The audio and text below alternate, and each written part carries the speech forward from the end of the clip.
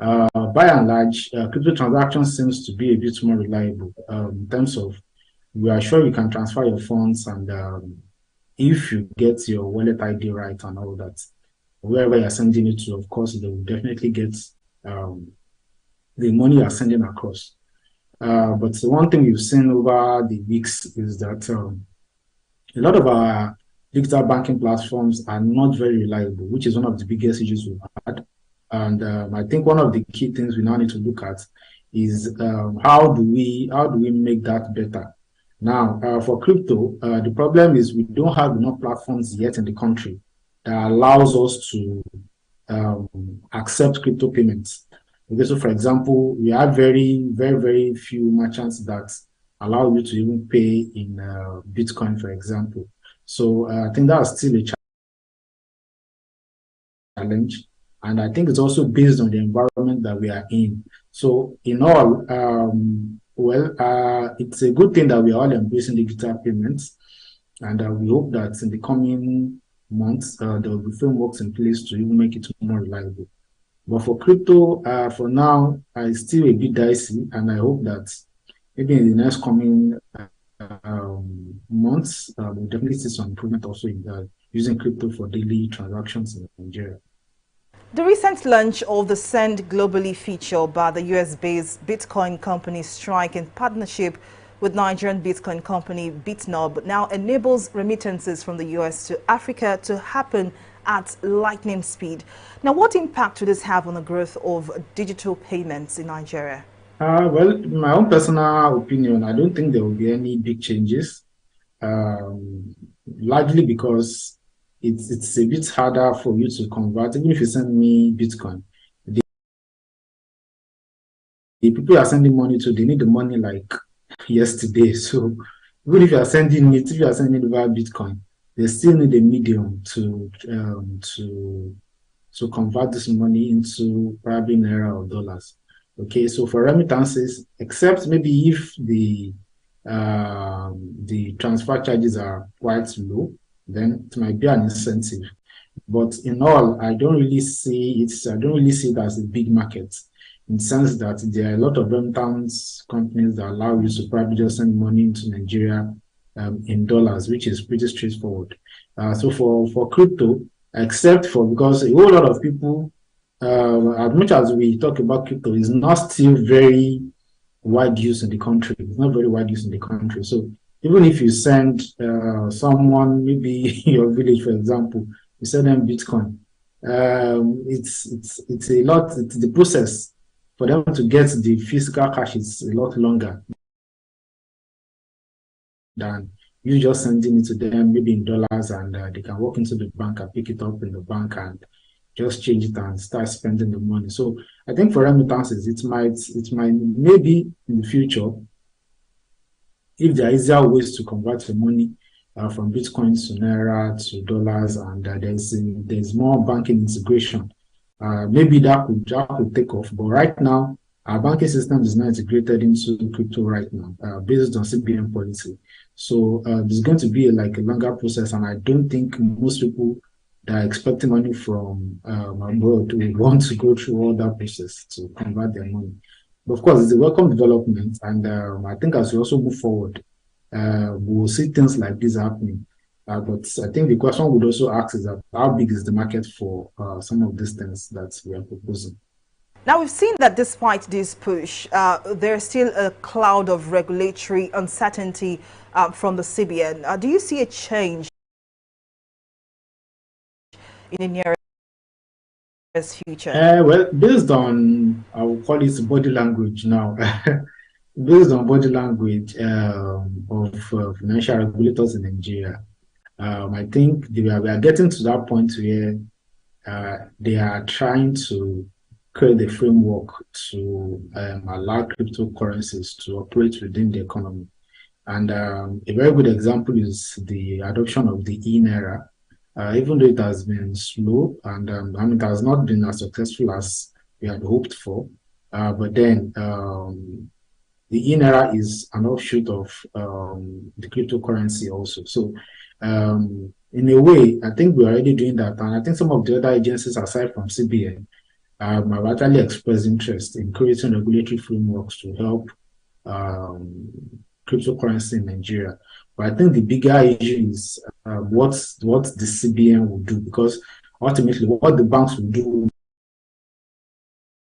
be dependent on CBN um, regulatory power. So if CBN says no cryptocurrency trading in the banks, there's nothing really the banks can do. Okay, so one of the things we have to just think about is how then do we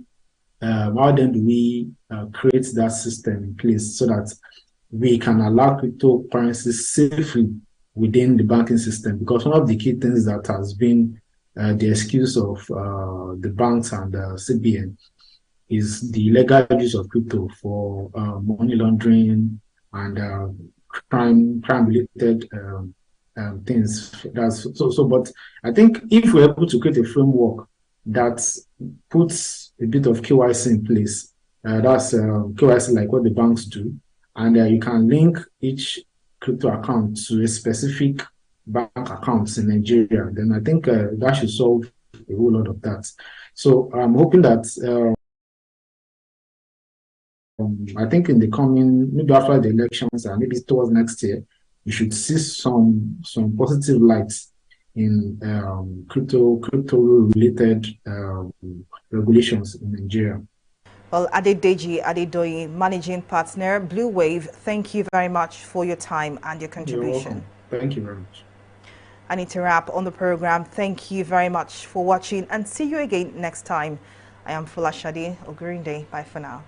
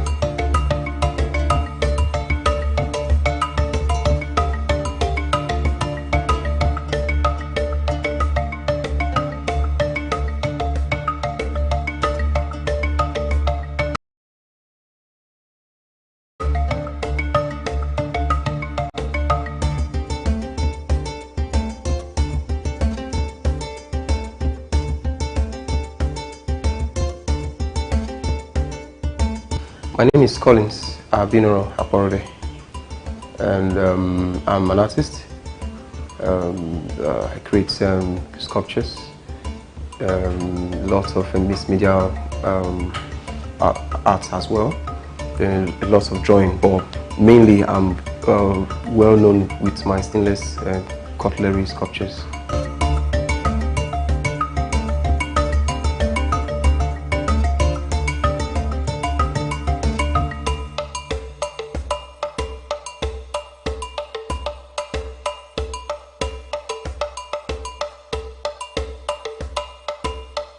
Well, professionally, I graduated 2012, and I immediately graduated. I started out into full-time studio practice because I've actually made up my mind from an early age what I wanted, and it wasn't difficult finding my feet or making the decision on where to begin, on how to start, or what I wanted. Immediately I left school. So as soon as I left school in 2012, I started out professionally.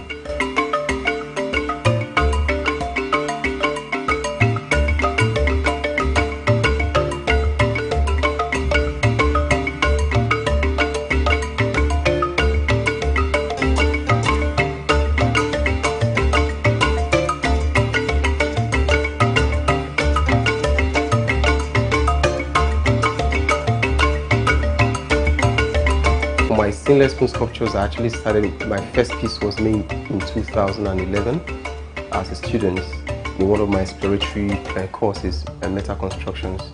I stumbled into the material and I never stopped creating since that time.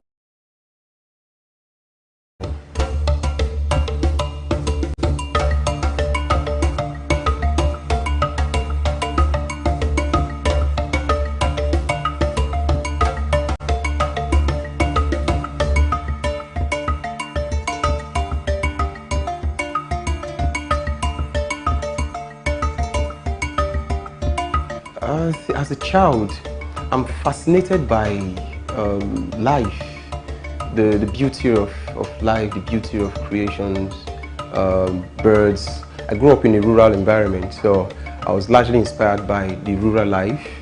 You know, we used to do a lot of bird hunting as a child. And I guess that started out my passion and interest in creating a lot of bird sculptures earlier on. I still do a lot of them till now anyway. To have evolved into more engaging pieces in terms of conceptualization and material usage and all that. So I guess my interest in the things that happens around me, my environments, you know, natural phenomena, you know, politics and all of that, part of the things that made up my interest in art. And of course, family life were part of the things that inspires everything I do.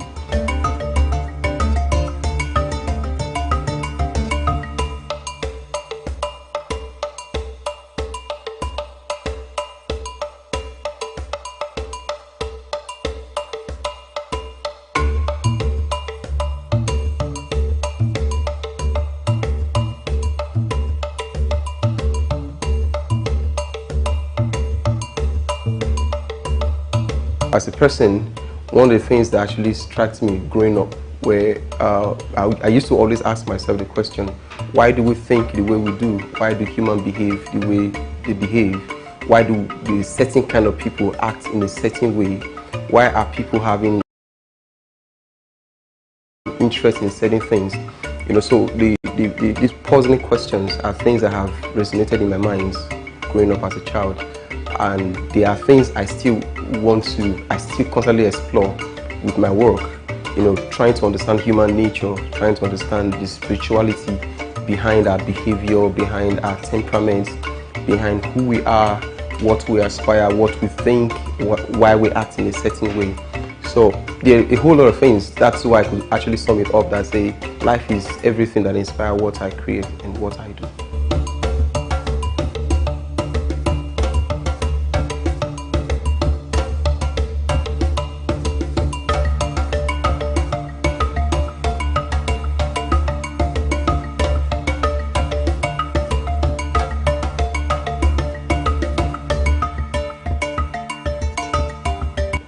Growing up, the only art I think I saw earlier on were pieces of beaded clothing that were made by my mother. I mean, I think I grew up seeing about 2 of such clothes that she made as a young lady at that time. But apart from that, there were no other artistic background. But actually, when I had a conscious realization that my mom did crafts like that, you know, as a young lady, I think my energy was born out of her. I guess somewhere I had contacted the gifts from her. But apart from that, there were actually no artistic backgrounds growing up as a young person.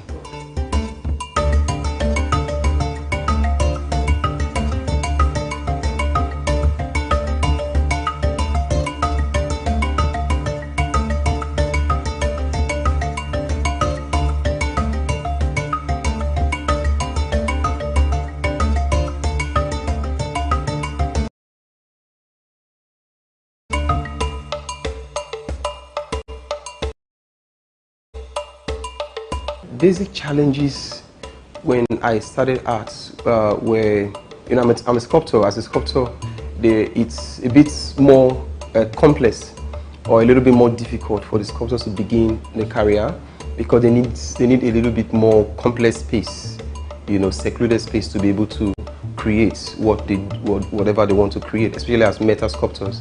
The painters could actually make do with a small room, or a metal sculptor would require a secluded environment because of the hazardous nature of the materials, machines that they work with. So one of the basic challenges that I had was getting a studio space was a huge challenge for me, but nature has a way of always making things happen. I found help somehow by meeting some older friends who were able to guide me, to introduce me to one or two persons that assisted me out to use a studio when I moved into Lagos, especially. Then the second challenge I faced were fun. I had lots of materials that I want to explore, a lot of ideas that I want to work on, but having funding was a major challenge. But when you have you have dreams, you always will find a way around to make use of every opportunity or access to materials that you can find at that point in time. So I scaled through those early stages, and I've kept evolving.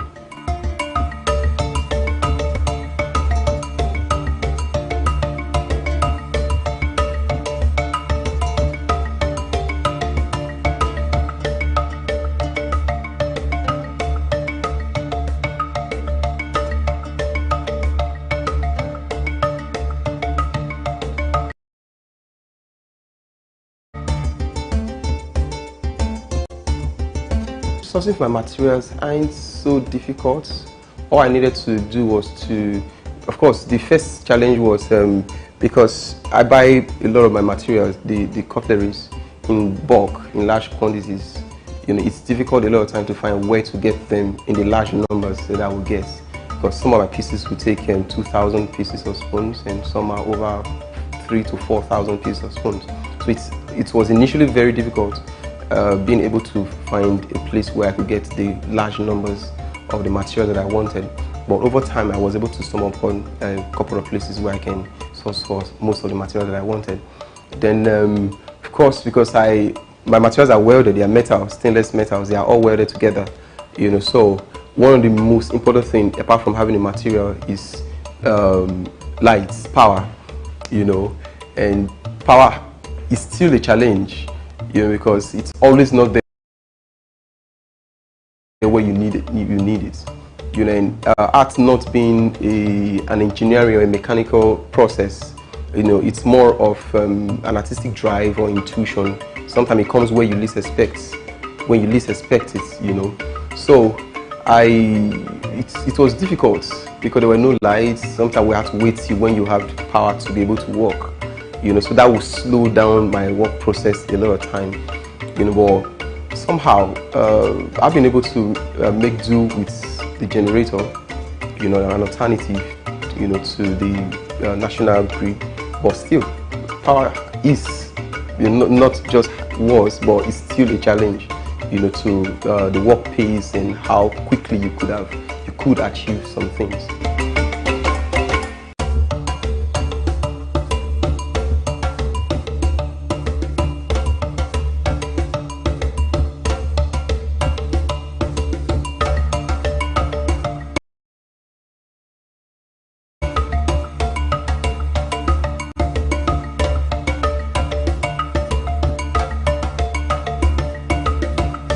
The only thing I can always say to the system is get the system working, and I usually will believe that why some persons will believe that young people or Nigerian youth are lazy, but I've looked around me. I'm a young person, I look around me a lot of time and I don't find anybody that is lazy. I only find people that are limited, whose hands are tied. They want to do things, they want to get things done, but their hands are kind of tied. Same people whom are supposed to be lazy leave this environment and they become something else. They are transformed, So it's not the young people that have the problem. It's a system that has been designed, to reduce or to weaken the strength of the young people. So once the system is working, once the facilities are working, every other thing would kick, will fall into place.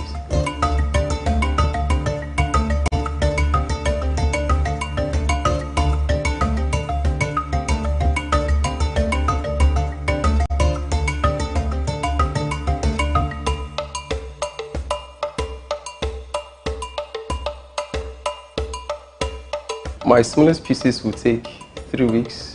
Some pieces will take 3 weeks. There are some that takes up to 2 months, 3 months. I've had a piece that ran through a period of almost about 7 months, depending on the complexity of the piece. You know, not just the practical work, the studio work, but there are a lot of thought processes that goes most time before the work is done.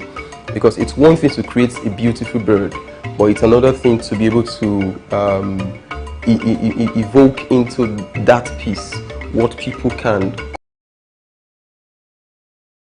connect with, you know, because art is not just the visual representation of an image, but it's about passing out messages. It's about encoding messages into these pieces that people can connect with.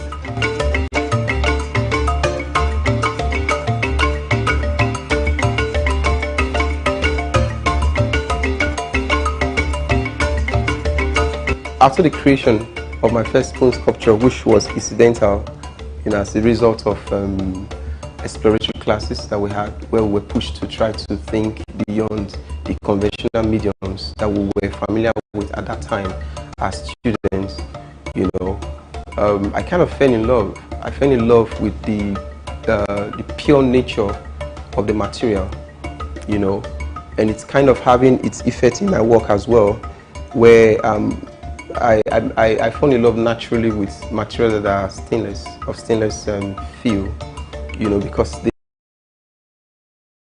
they have this pureness of spirit, they have this pureness of their soul, you know, so I naturally will connect, and it's difficult for me to think out of it, you know. Of course, when you're in love with anything, you want to go miles, 1,000 miles with them.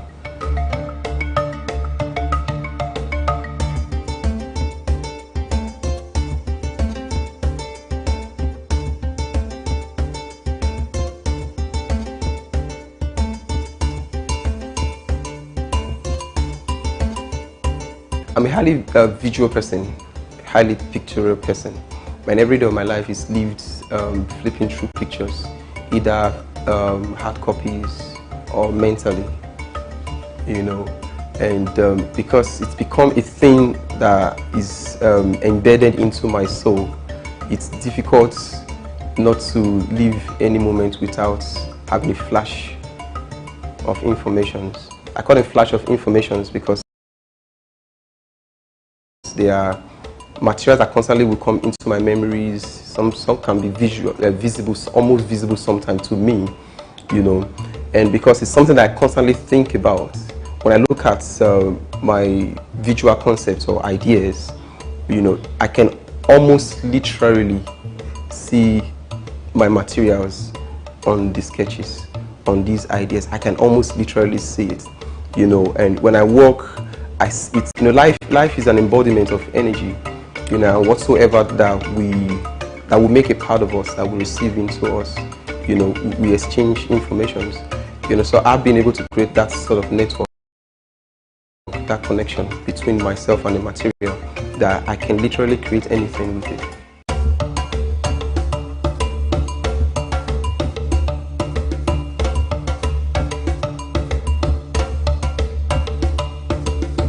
The most difficult part of my work is the thought process. The creative process right now, it's really not difficult. You know, what I see in my process when I begin to transform from the mental picture into a visual picture are basic challenges. You know, basic challenges which can be sorted out with a little bit of your technical know-how, you know.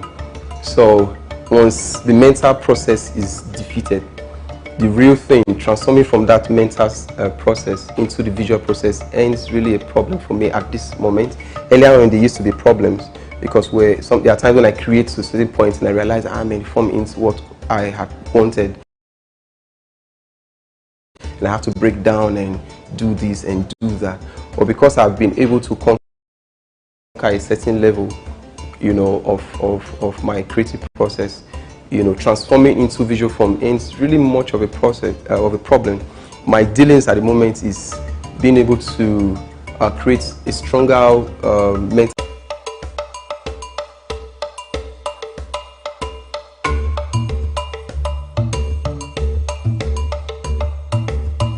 Limelight. I'm really not at my peak. I've not hit the level that I want, you know, because I'm constantly pushing myself. You know, the world is an open place now, so you cannot be limited to what you see around you. You know, I'm just this one person that is never satisfied with myself. I could achieve a feat today, and I open my eyes, I close my eyes and open them again, and it's like I've not done much, I've not done anything. You know, and there's still so much I want to achieve. So I think I've done a lot, I've achieved so much. I've been able to set new standard for people, for artists, for creative people, and challenge a lot of people. But I've still not hit the level that I want to hit. I still crave to be, if you're counting artists in the world, I still want to be counted among the top 10. You know, I still want to be top in Africa. You know, still want to be able to push the stories of Africa into the global scene. So there's still so much, you know, that I want to do.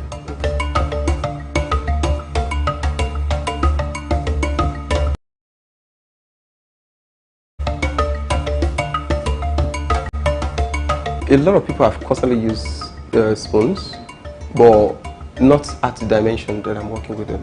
It's, I think it's basically breaking barriers and creating new design patterns with the material.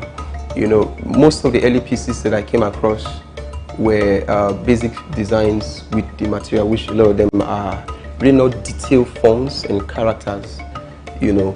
But I've been able to take it beyond just that basic level of making beautiful patterns with the spoons into more like having a signatory right to the medium, where I can almost achieve anything. Human forms, animal forms, abstract forms, almost anything with the medium. So it's basically shifting it from where I think I saw some people work with the medium into where I want to see people would take it further, maybe from where I've been able to get to.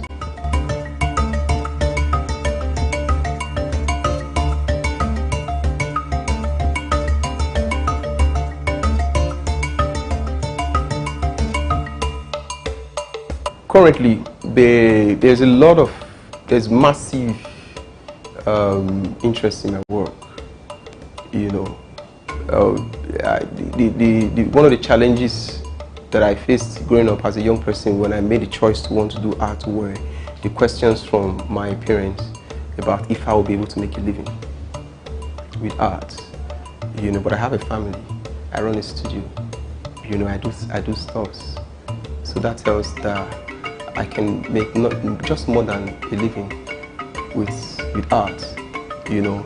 And because my works are unique, there is a lot of interest in my work. There are a lot of people who want pieces. So the response I'm getting from my work right now is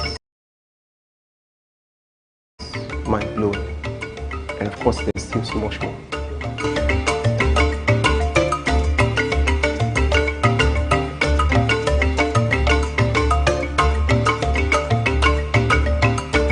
Basically, at the beginning of my career, I actually could not cope dealing with galleries at the start of my career.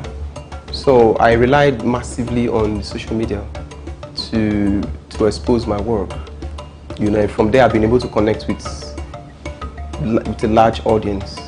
You know, from people not just from Nigeria but outside the shores of Nigeria. So social media was a major tool to getting exposure, you know, and of course meeting people one-on-one, and there are people who will see my stuff on different spaces and they will connect and place a call through. There are people who will recommend, you know, my work, having had an experience before. So, but one of the major tools that brought me into good light was social media.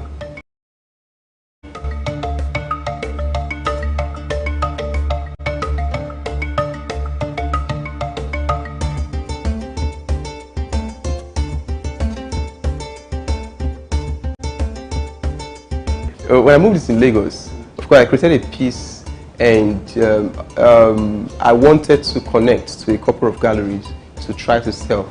And my first outing, I never liked the response that I got. I am passionate about what I do, and one of the first things I look out for is not just to buy the art, but to be able to create a dream with it. I want to do stuff with people that can push me beyond my limits. People who are able to dream in a gallery, And I think it was the beginning of good things for me. I think it was the right choice for me. Though it was, I went through a tough time because I was new in town, and I never had any client base at that point in time. So it was difficult, selling. Clients weren't coming because I wasn't known at all. And of course I had bills to pay. But somehow, now I look back and I'm happy that I made that choice, that decision that day, And that has also helped a lot to create a sort of, my works are rare to come across. You hardly go to certain places and find my work in lots of galleries. And I've come to realize that people like it when they are rare, but you always can find them everywhere.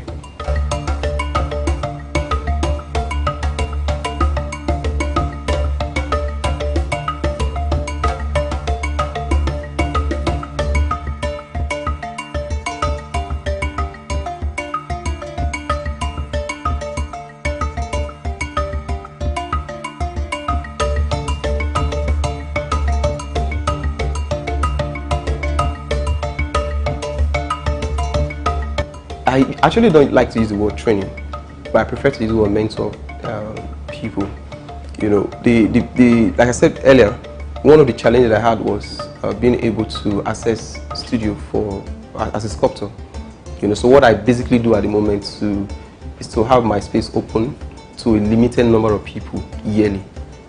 Because I presently do not have the massive space to accommodate a higher number of people. So yearly I run programs for university students who are doing internship, for a short period of time, and the highest I can do at the moment yearly is 3 to 4 students every year. And of course, I do a lot of mentorship program for artists via social media. There are people who are distant from me, but they still want this information, they still want to learn, they still want to grow, So I do a lot of mentorship program online as well to people who desire to grow, but distance is a challenge. So, and of course there are huge dreams for the future, about being able to have space to impact my information or my knowledge to a younger generation.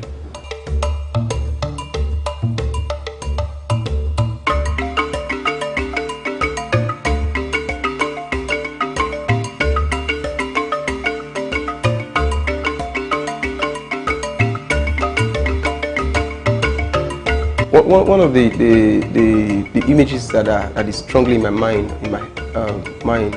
right now, which is something I keep telling myself, is being able to have my work sold in the global art scene, global auction houses, Saturday, Boham auctions, the global auction houses, and being able to show in major museums, all around the world.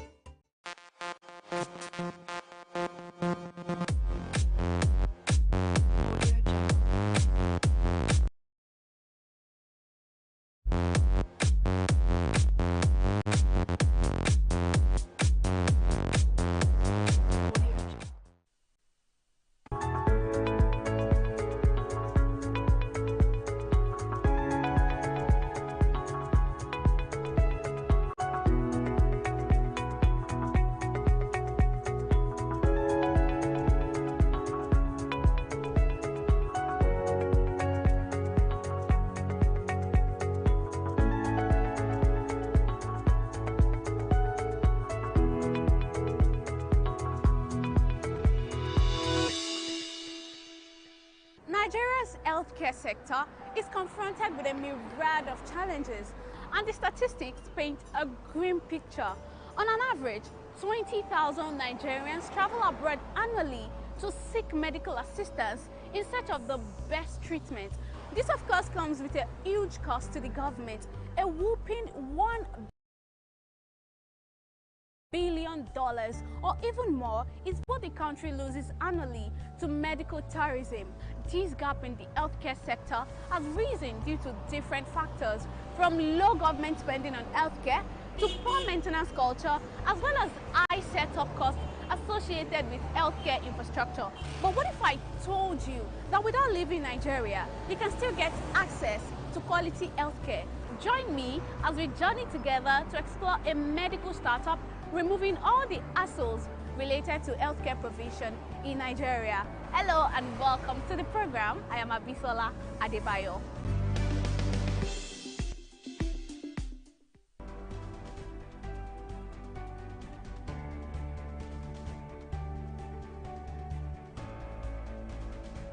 With Doctora, a doctor can easily book a place to use in any of our locations and see the patients whenever they need to see the patients at these locations. What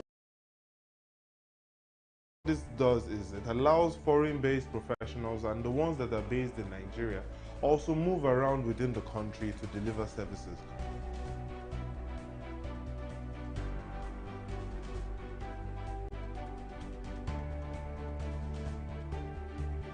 My name is Debo Odulano. I'm a medical doctor. I'm also the founder and CEO at Doctora Health Limited.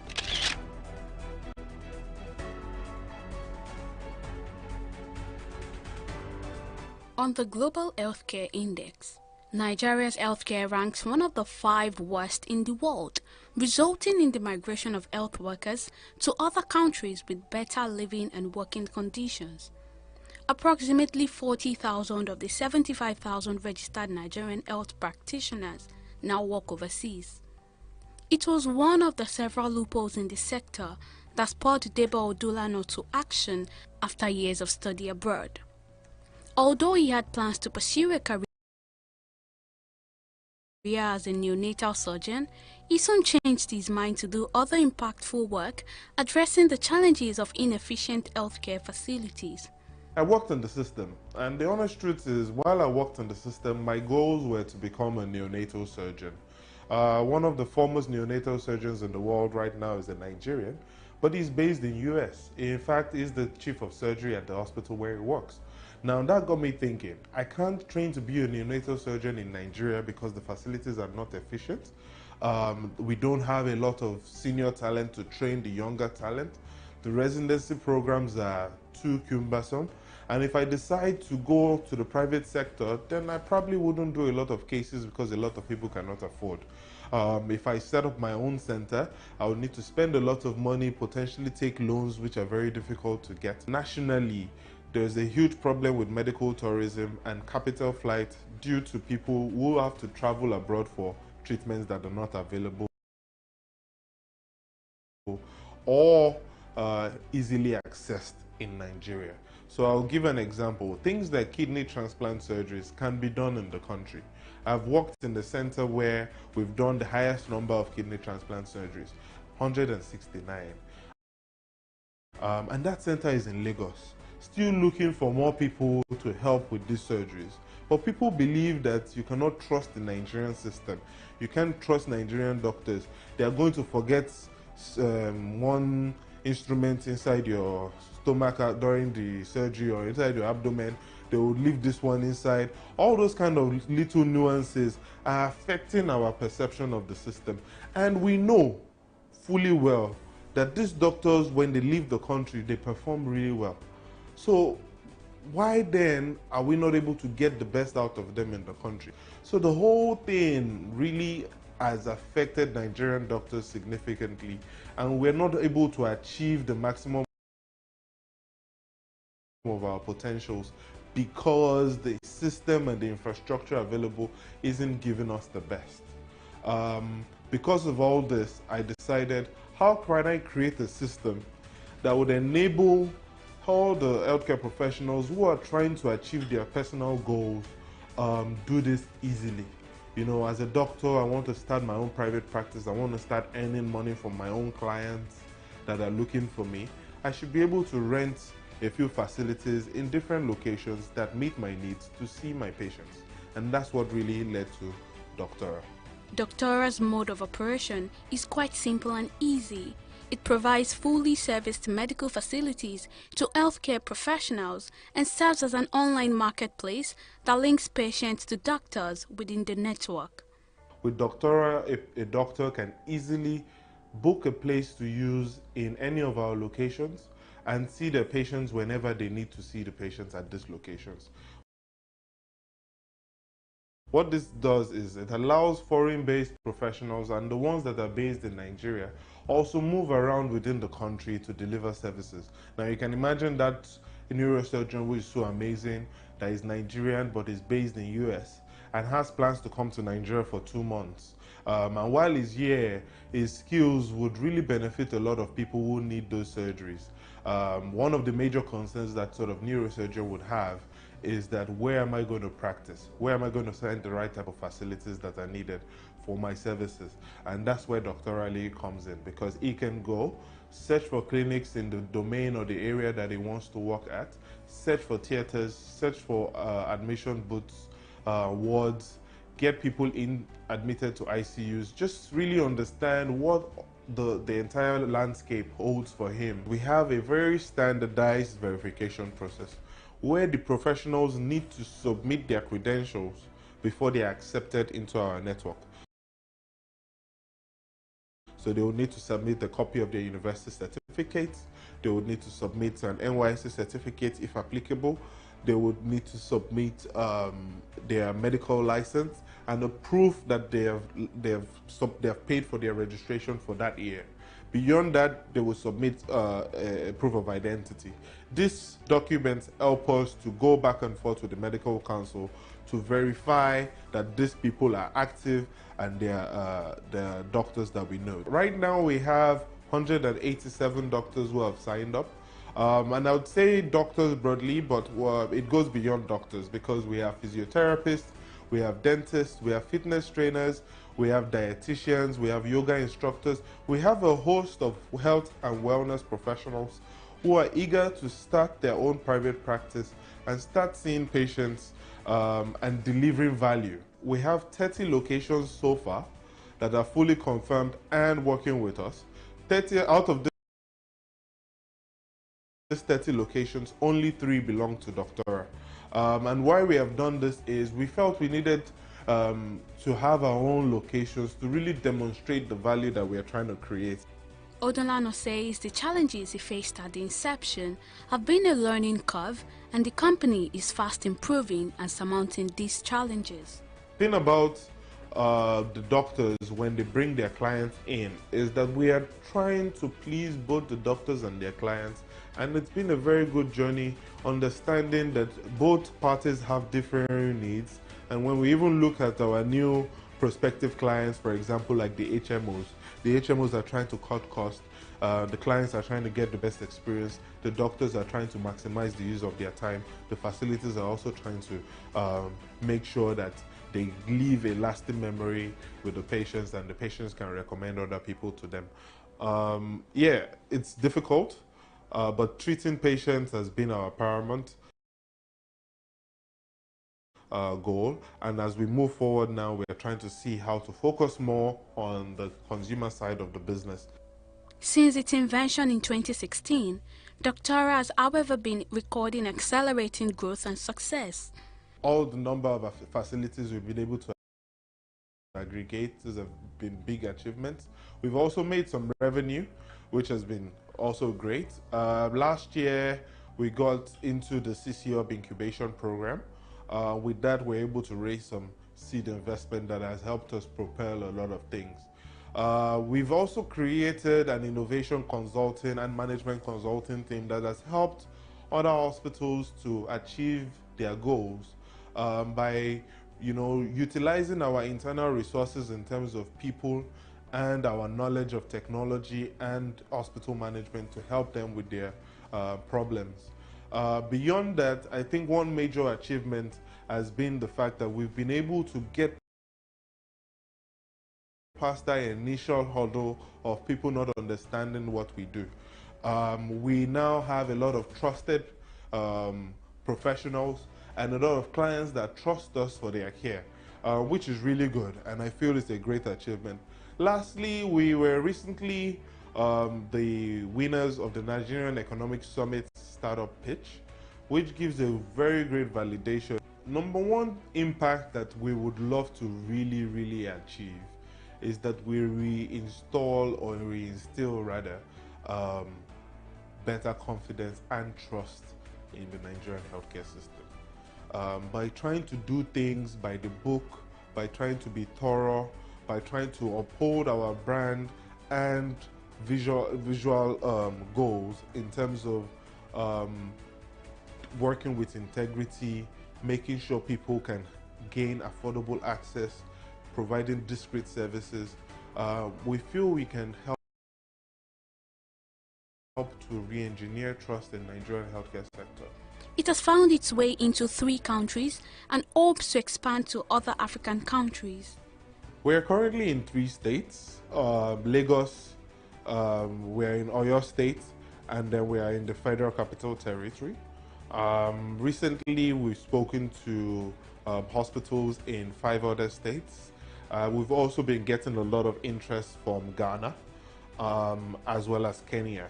So as far as Nigeria is concerned, our goal is to quickly ramp up our activity and penetrate those other states so that we can easily step out of the country and start looking at other countries on the African continent. So the goal is to consolidate this part of the business first. Our goal here is to be present in at least 30 Nigerian states and establish 1,000 private practices before the end of next year, right? Once we hit that goal, the next step would be how do we expand beyond Nigeria and how do we start to look at other areas of the supply chain where we can create impact. As the Nigeria's health sector struggles to cater to the health needs of nearly 200 million people, especially in a time where the coronavirus pandemic is ravaging the world, an innovative technology startup like Doctora focusing on combating health challenges is precisely what the country needs in times like this. Evidently, Nigeria does not lack innovative minds. Let's now see another creative that's doing something amazing in another part of the country.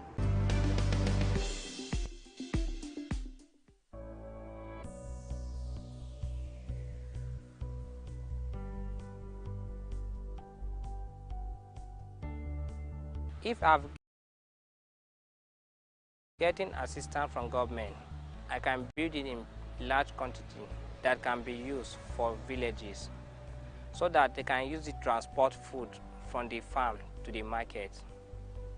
It took me 2 years to build this machine based on finance. The little I get, the little I work on it, and the little I get, the little I work on it. If I can get assistance, I can do it within 1 month.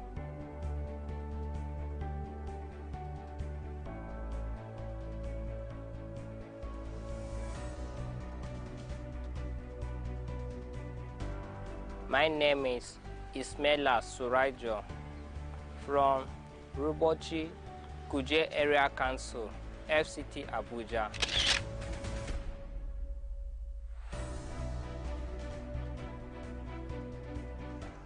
Despite a stifling business environment, Nigeria's young population has somehow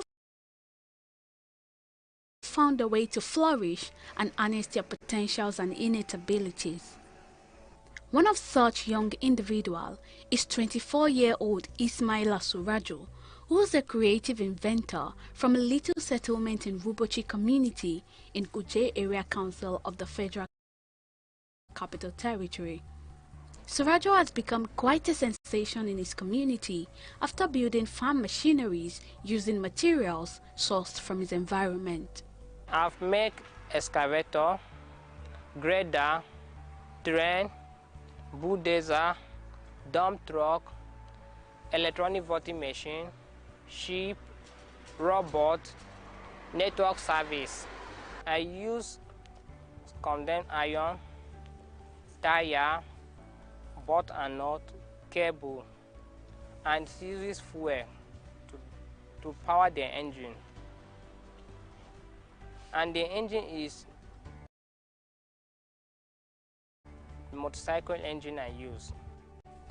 Surajo built a locally made tractor, excavator, bulldozer, as well as other equipment that helps in transportation and sale of usable water, which sadly is a scarce resource in his community. His ability to create farm tools from the scratch is a natural gift that began from a very young age. I started when I was in primary 1. I started with carton. I was my way back from the farm. My slippers caught. I don't have money to buy slippers. And I look for carton. And I measure my foot and construct a slippers. Then the next day, we are going to the farm to pack groundnut. And I think I can't carry groundnut on my head. If I can get a pickup, it will be easy for me. And I look for a carton and construct a little pickup. And I make use of it to carry one model of groundnut from farm to house when I was small.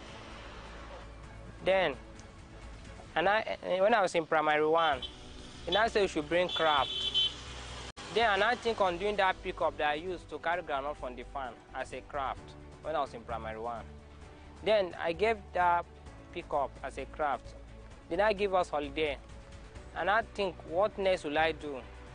And I build a standing fan because I'm feeling heat. Make use of battery. Once I connect battery, the fan will now be blowing. From there, I do another car, Jeep, the one that will be moving with carton. Then I use it for exhibition. When I win, and I think on using aluminium on when I was in JS1. And I started consulting them with aluminium one by one. Anyone I look, I'll look at it. I'll first draw it on the ground before I'll construct it. Then when I enter senior secondary school, and I think of building a bigger one that can carry me, which is this truck.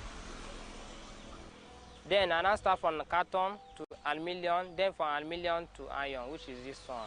Like most of Mera, they normally use their energy to push truck. And I think if they can use a machine, it will be better, which is this one. It's used for selling water right now within the community. And also it can convert goods from farm to market. This young inventor harnessed his entrepreneurial skills by identifying a need in his local community. He solved the problem of distance in sourcing for good, clean water by using one of his inventions, a local tractor, to transport water and sell to his community. I've started making money on it by carrying farm products to marketing within local community, selling water within the community. We have water challenge problem in this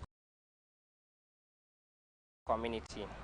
And I think on building machine that will help the community for selling water. This is the machine that is used for selling water within the community to make it easier for the people. In my community, it's very difficult for people to get water. Before they can get the water, it's very far away. And I think on building machine that will transport the water for them and to also make it easier for the community. Now they are very happy. With the help of this machine, the water is easy for them. Once they need the water, they call me through my number. And I normally take the water to them, house to house. Residents of the community say Surajo's services, which he renders through the machine he builds, has made life easier, and they are hoping it will go on a large scale one day. Normally in this community, before we get someone that will supply water for us, then we go here and there. But since he has been produced this machine, Now the problem of supplying of water has been reduced. So we need someone that will assist the boy, because in the community we are very, very appreciative and we are enjoying the boy handwork. Most especially from our farm product. So we normally go and bring our farm product when we harvest, and before we get bike mobility that will bring down the farm product. So we used to suffer so very seriously. But now, in fact, we thank God. So we need assistance from the government or individual assistance that we make him to produce or to manufacture more this thing. So it's a very, very talented boy that we need to assist him so that at least we will upgrade the machine. Unfortunately, the young fabrication enthusiast lacks financial support. Surajo says aid from the government and private individuals will enable him deepen his knowledge for higher outputs, and this way contribute significantly to the nation. If I'm getting assistance from government, I can build it in large quantity that can be used for villages so that they can use it to transport food from the farm to the market. It took me 2 years to build this machine based on finance. The little I get, the little I work on it, and the little I get, the little I work on it. If I can get assistance, I can do it within 1 month. I can do the bigger one that can be used for the construction of the road in the country. Yes, also I can make a train, a bigger one that can be used in our communities. I need financial support, and also I want to further my education to achieve my dream. Among endless wires and scrap materials, Surajo's remarkable inventions are waiting to be improved on and exhibited to the world, where he dreams of building exceptional machines using local materials. This, he believes, will contribute significantly to Nigeria's economic development.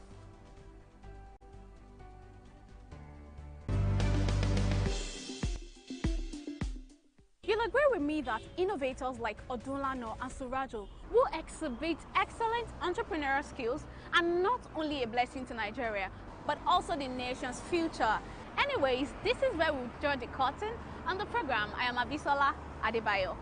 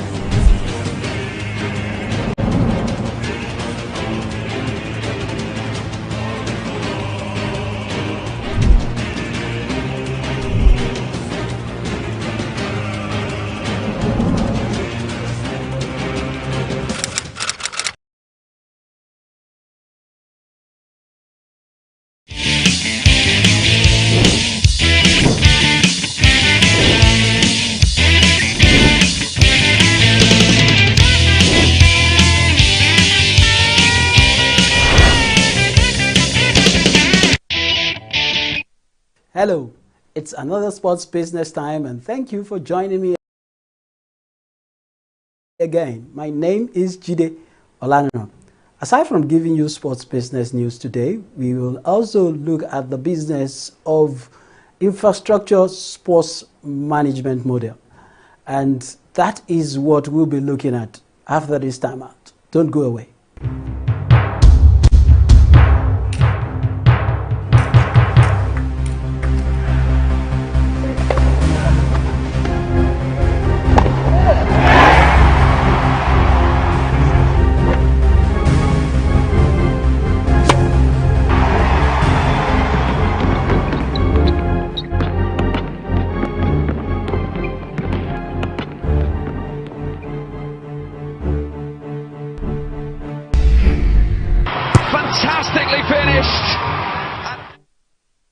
Welcome back.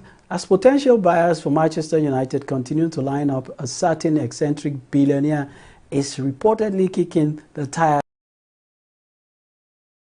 on the historic European soccer club. Elon Musk is believed to be monitoring the situation closely and weighing putting in a bid for the club. A British tabloid says that several interested parties have signed confidentiality agreement to see Manchester United's data room, including several from Saudi Arabia, which could be eyeing Musk as a figurehead for a bid. With a net worth of $187.5 billion US, Musk certainly has the capital to make a purchase and also has some personal motivation. In August, Musk joked on Twitter that he was buying Manchester United, later deleting the tweet, but clarifying that if he were to buy a team, it would be United, his favorite club as a kid. Club owners, the Glazers family, are reportedly seeking around $7.3 billion US for a full takeover, but have expressed interest in only a partial sale. It is not just Elon. The competition to be the next owner of Manchester United is getting stiff. Bloomberg recently confirmed that a consortium of Qatari investors are set to make an offer for the club with assistance from the Qatar Investment Authority. The country's sovereign wealth fund, Sheikh Tamim bin Hamad Al Thani, the ruling emir of Qatar, reportedly supports the club. British billionaire Sir Jim Ratcliffe is also still in the running. The financial gap between the Premier League and the rest of Europe's top division is too big, says AC Milan head coach Stefano Pioli. Premier League clubs spent £815 million during the January transfer window, nearly 4 times the combined £225 million spent in Spain, Italy, Germany and France. The Premier League's financial dominance in Europe increased to the highest proportion ever reported in January. Spending by English top-flight clubs accounted for 79% of the total across Europe's Big Five football leagues, where January expenditure fell by 35% from 2022. Chelsea spent more in January, around £288 million, than the combined total of all clubs in La Liga, Serie A, Bundesliga and Ligue 1. And finally, Ile-de-France President Valérie Pécresse has demanded more than €200 million from the French government to enhance transport services for the Paris 2024 Olympics. Pécresse, who is head of the Ile-de-France Mobile, has reportedly issued a letter to France's Transport Minister Clément Beaune in a bid to secure the funding for the transport improvements. According to Le Parisien, Pécresse called on the French government to respect the commitments and guarantee IDFM resources to finance both the operation. It will be time to discuss about sports infrastructure management model in the dugout segment. Don't go away.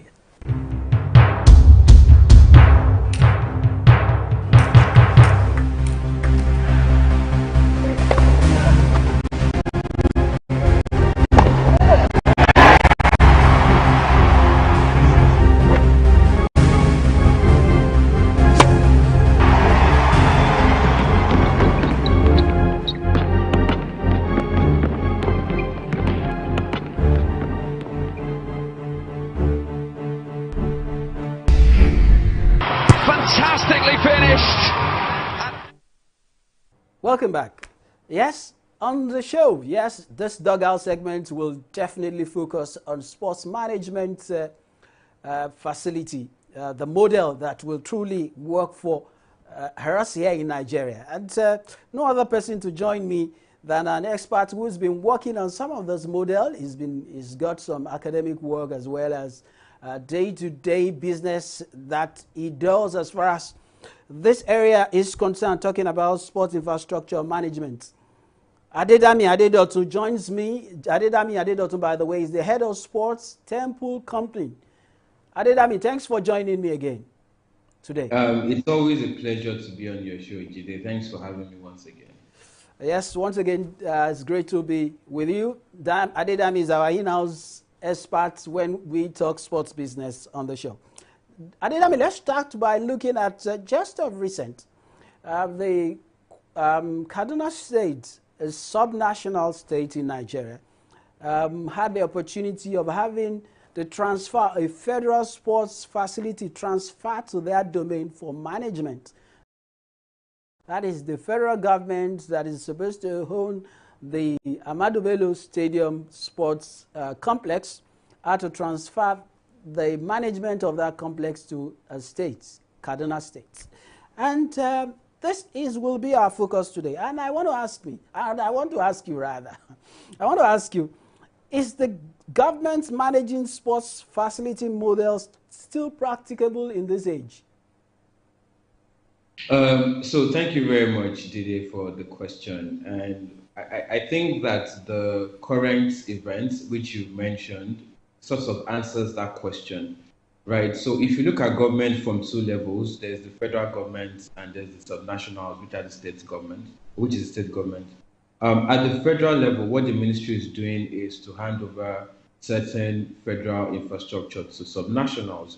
And which is because, the federal government has realized that it is not, federal government managing those facilities is not sustainable anymore for those facilities. So to answer your question, at the federal level, federal government, sustaining those infrastructure is not a sustainable model anymore.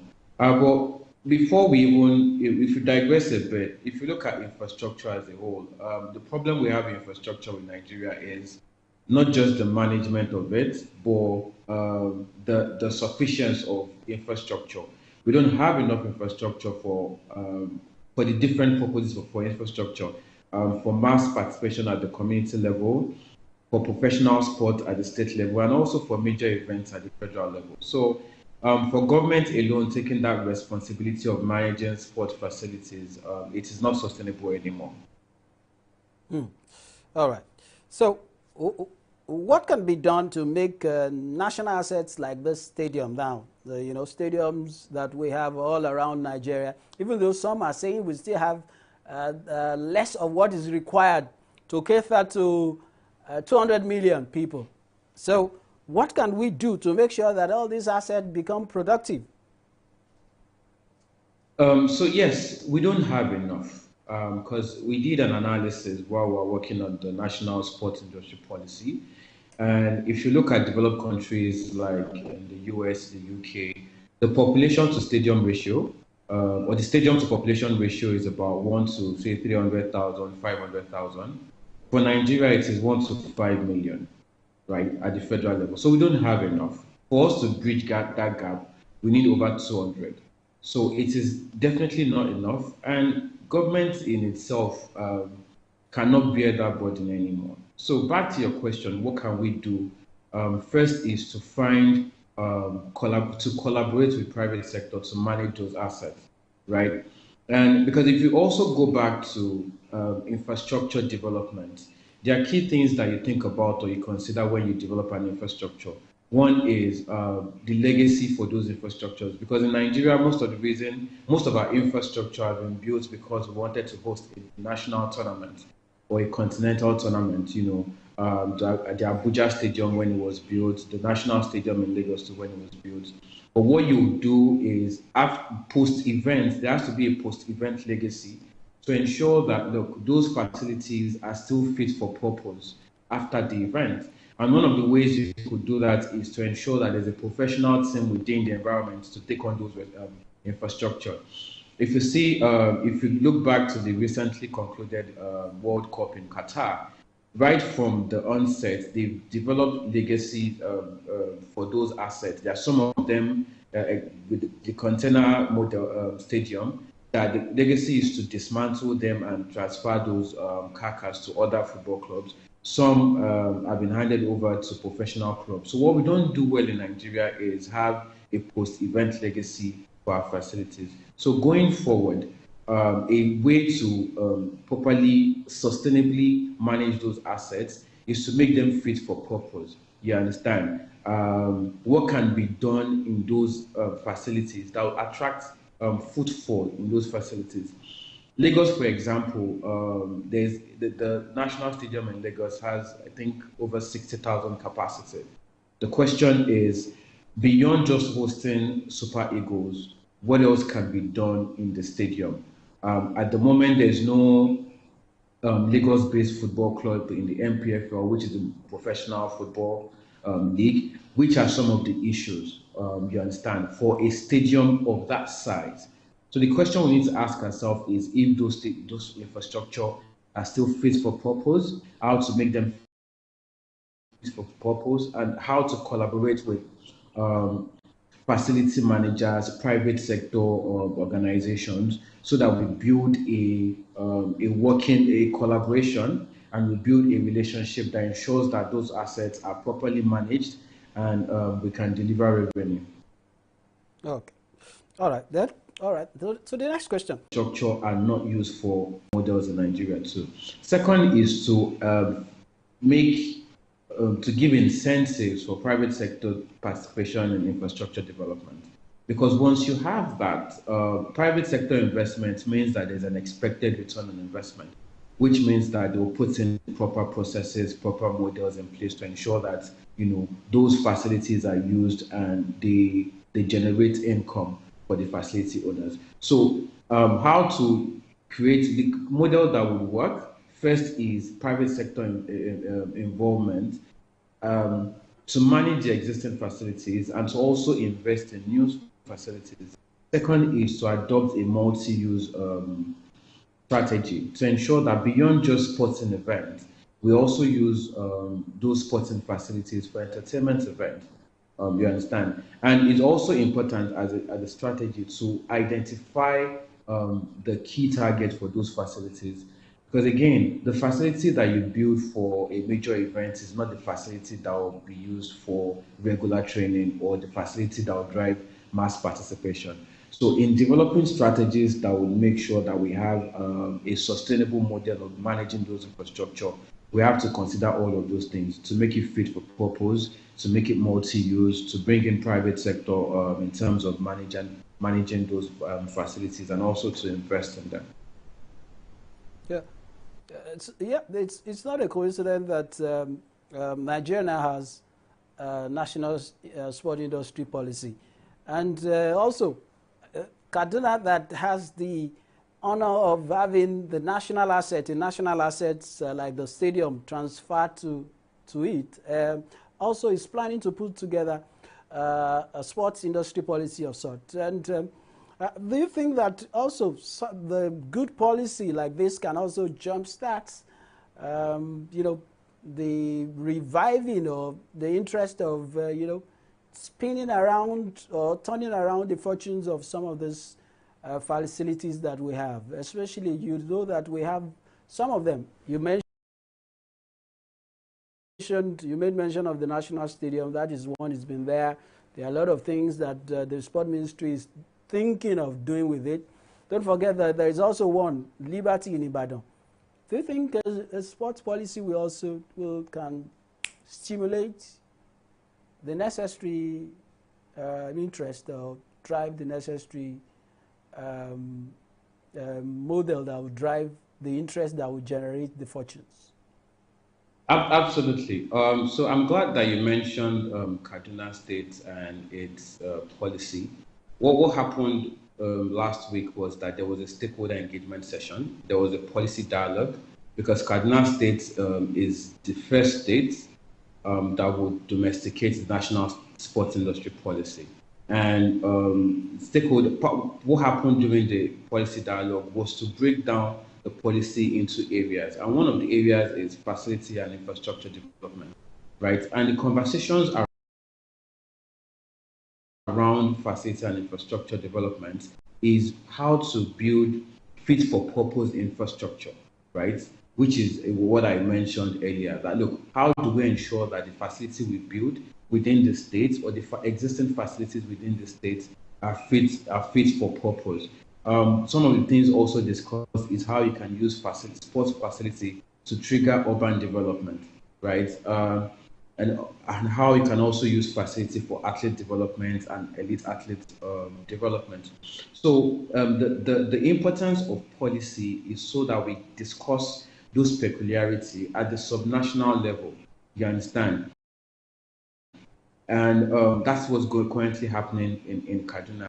And it's not a coincidence that this is happening shortly after the Ahmadu Bello Stadium was handed over. The management of the facility was handed over to the state. So what would the policy would do is guide the conversation around how to ensure that there's sustainable management of that asset and also the state's owned assets, including the Muritala Mohammed Square in Kaduna and all other state-owned assets. But like I said, there has to be conversations around what infrastructure we actually do need as a country. You understand, and at all levels, either for mass participation, for athletes development, because that's also one critical area that sports infrastructure also includes performance centers, training centers for athletes.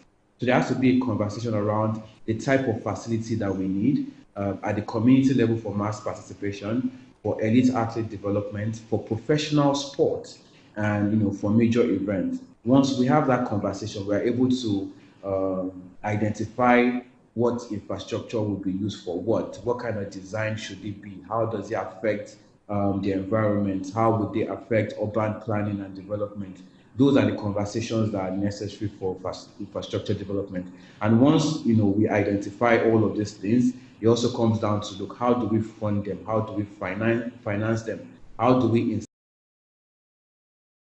incentivize private sector to be a part of, to drive investments into those facilities. Because at the end of the day, the global standard is that, look, it takes private sector investments to sustainably manage those assets. And once we are able to answer all of these questions, we develop a sustainable model. And these are the conversations that are happening as part of the policy development. So for Kaduna to take the initiative to becoming the first state to domesticate national sports industry, it also means that they are thinking in terms of a sustainable model to manage the infrastructure, the one they just got that was just handed over to them by the federal ministry, and also the ones that they have, and the ones that they will need for the future, because again, what they have at the moment is not enough to sustain, it's not enough to drive participation or to even drive athletes development or professional sports. So the policy is critical to all of this. It's usually a good starting point, because then we are able to identify all the key parts of infrastructure development and how to sustainably fund and finance it. So finally, before I let you go, I know you're a basketball enthusiast. The Basketball Africa League was recently launched in Lagos, and very soon there will be pressure on Nigeria. There is an arena in Dakar. Cairo, we also have a piece of the pie, rather. And also, Rwanda already had it, and they will still have it again. Isn't it time Nigeria also look at building an arena of sorts that will accommodate or that will bring BAL to Nigeria? And from there, we can jumpstart another frenzy, basketball frenzy. Yes, absolutely. It is time. And if you look at the Basketball Africa League, the BAL, I would like to look at it from two different perspectives, right? One is the Nigerian league itself, and the second is the Basketball Africa League. Because if you're aware, it is whoever emerges as the champion of the Nigerian league that represents Nigeria at the Basketball Africa League. So first is, how do we put our house in order and drive investments into infrastructure? I'll give you an example. In the last, I think, 2 editions that Nigeria has participated in the BAL, the first club to represent Nigeria is a Port Harcourt-based club, Rivers Hoopers. Now, Kwara Falcons will represent Nigeria. There is a need to have proper facilities in those cities, Ilorin and Port Harcourt. And these are cities that you have enough middle class for you to have a proper basketball fan base. You understand? So beyond just building facility to host the BAL, which is good, there's also need to have facilities so that we have a proper professional league. because if you look at the professional league, there are clubs in Lagos Islanders, Hoops and Reed.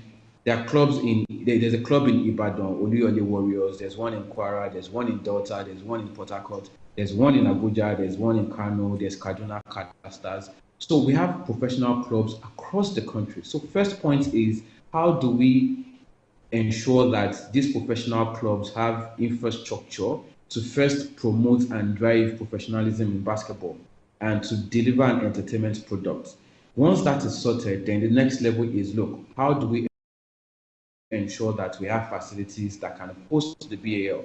And you won't be surprised that if we get the first point, the first leg right, which is ensuring that we drive investments into facility ownership at the professional club level, we would have invested in facilities that can actually host the BAL.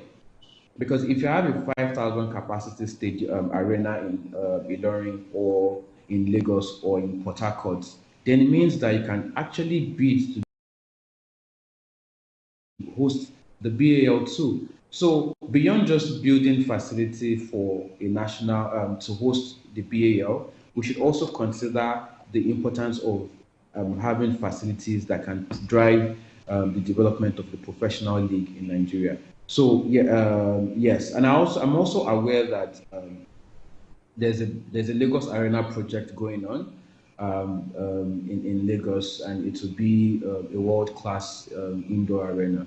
So these things will happen very soon. But as regards the BAL, I completely agree that it is time we host, and I think that a more sustainable strategy is to drive investments into infrastructure for the professional clubs. In doing that, would have solved the problem of hosting the BAL.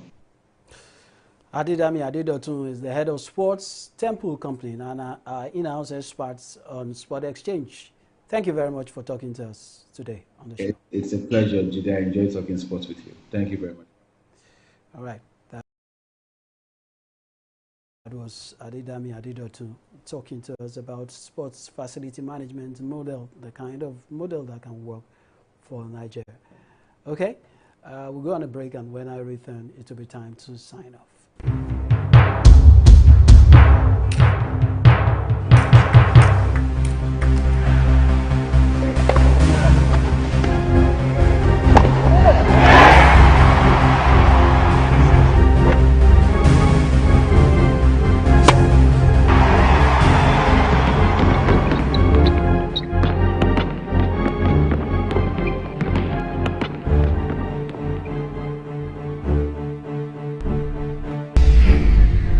Fantastically finished. Come back. Before we go on the show, let me leave you with this. Did you know that the Super Bowl 57, which saw Kansas City Chiefs winning the day over Philadelphia Eagles, might have come and gone, but it brought us some impressive numbers from the sports book, which is about how people staked money on the game. With 50 million Americans projected to bet $16 billion on the Super Bowl across legal and extra-legal channels. It's no surprise that sports books were very active on the big day. GeoComply, which verifies bettors' location on behalf of legal sports books, registered 100 million sports betting transactions on the Super Bowl 57 weekend, a 25% increase from last year. Several American sports books reported milestones as a result of the increased traffic.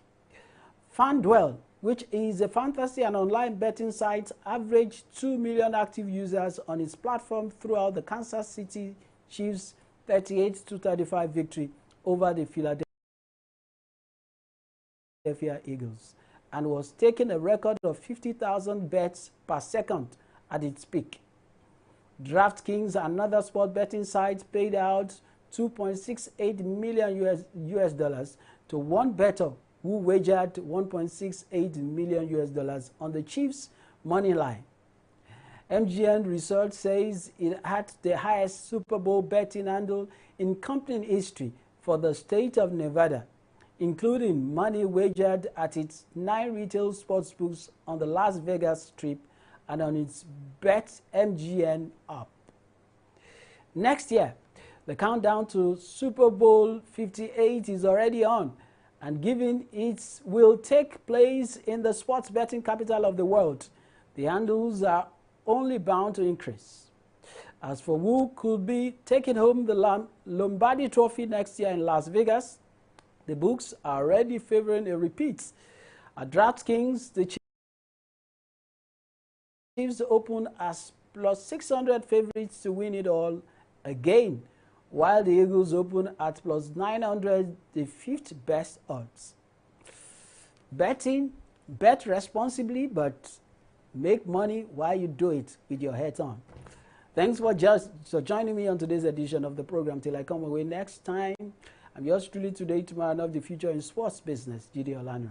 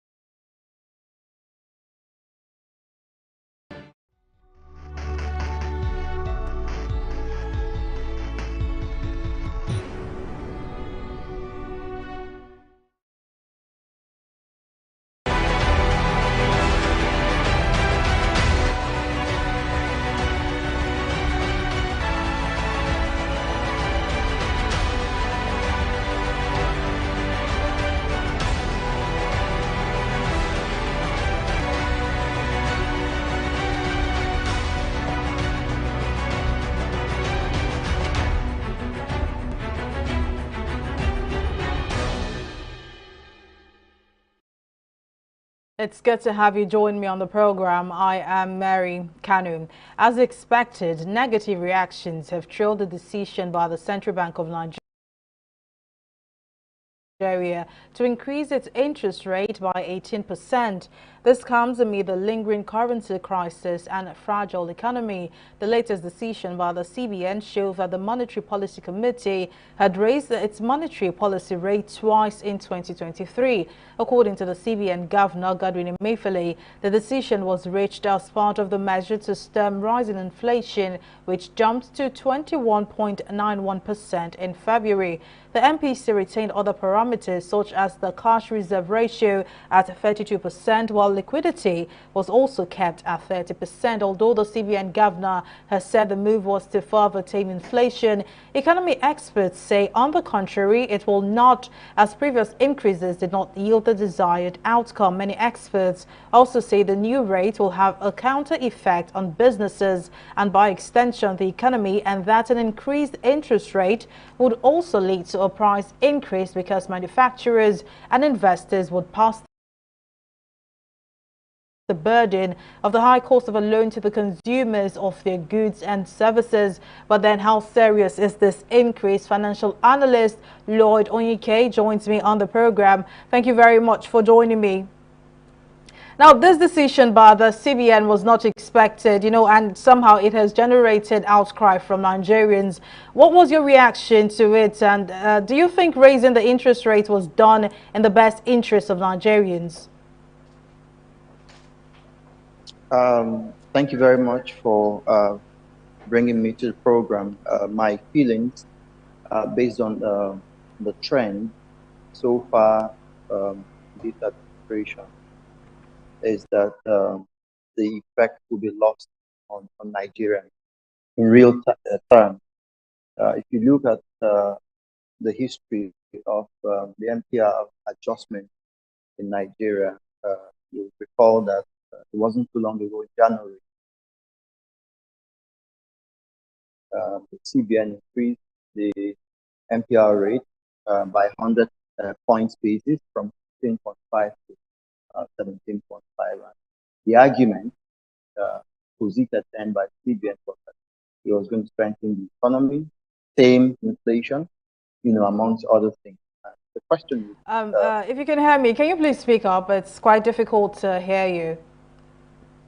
Can you hear me now? Yes, it's better. Go on, please. Right. Yeah. So, I mean, all you need to do, check the increase that was done the last time the Committee on Monetary Policy met at the CBN to weigh the movement, the trend, if there was any progress made at all in terms of the economic indices. And there's nothing really to support the argument that Nigerians are going to see the concerns of the CBN justified. There's no justification. So when it was moved to 17.5%, from then until now, there's been no significant improvement in the economy. Nothing, not in the employment rate, not in inflationary indices, not in even commodities. There's not. All right, so the first thing you're going to look at is what are these rates for? Or shall we say, what is this rate adjustment meant to do in the economy? So what it does is that through the MPR rate that the CBN forms of present to the financial sector, banks, deposit money banks, and other banks, commercial banks specifically, are able to tailor their interest rate around the guidance of CBN. So at presently 18% interest rate, the question will be, how much will are banks likely to lend out? How much are banks likely to peg, for transactions, especially regarding interest? Chances are that I can assure you, by practice, it can be less than 18%, which CBN itself has said. So what you're going to have is that you're going to have rates that will grow beyond what the CBN benchmark is. And the consequence of it, the implication of it is that there's going to be paucity of funds. Banks are not going to be ready to lend out money at rates that will be amenable for business. So you're going to have 21, 22% interest rate going upward that way. So what it means for business, for the manufacturing sector, for other aspects of the economy, is that funds will not be within the reach of businesses. And the backlash would be that at the end of the day, the economy will not grow, because when an economy is awash with funds to a large extent, it means that people are able to lay in funds to produce, to import.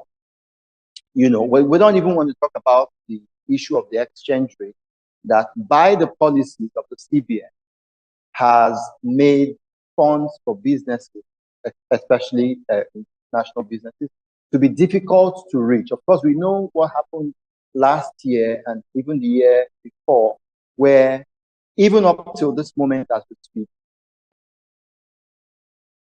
foreign exchange is a very dire venture to go into, so that importers and those who do international transactions are unable to lay hands on the dollar. So the implication of this is that even for internal borrowers, those who want to access funds to rejig their businesses, to hedge, or to do other sorts of financial transactions, these funds will not be readily available for them. Banks will never reduce their rates below what CBN Fed benchmark. Now, we've seen some economic analysts and, economic experts and analysts who say they believe that the CBN's reference to the inflation rate being higher than the rate of the MPR was just a policy misconception. What are your thoughts on this? Well, to start with, I don't think the CBN, in all fairness, we have experts who work at the CBN who who dish out policies, who formulate these policies that the economy runs on. But I think that with due respect to them, they are intelligent. We will talk about the will of government to do what is right by Nigeria. So it's one thing for the CBN to argue that there's a disparity between uh, the uh, the inflation rate and also the MPR rate, which they have presented. But the real issue is paying lip service to just showing motion of activity. That's what some analysts have said, that the CBN knows where the problem is, knows what to tackle, and has refused to do it. So if you want to tame inflation rate, if you want to argue that there's a wide gap between what you've set as monetary policy and what the inflation rate, the CBN actually knows what to do. For example, it's my view that the CBN can actually reduce monetary policy rate for once, and then let's watch what's going to happen. I can tell you that that gap that they have complained about is likely to be reversed. All right, now, for the private sector, we've seen some industry watchers.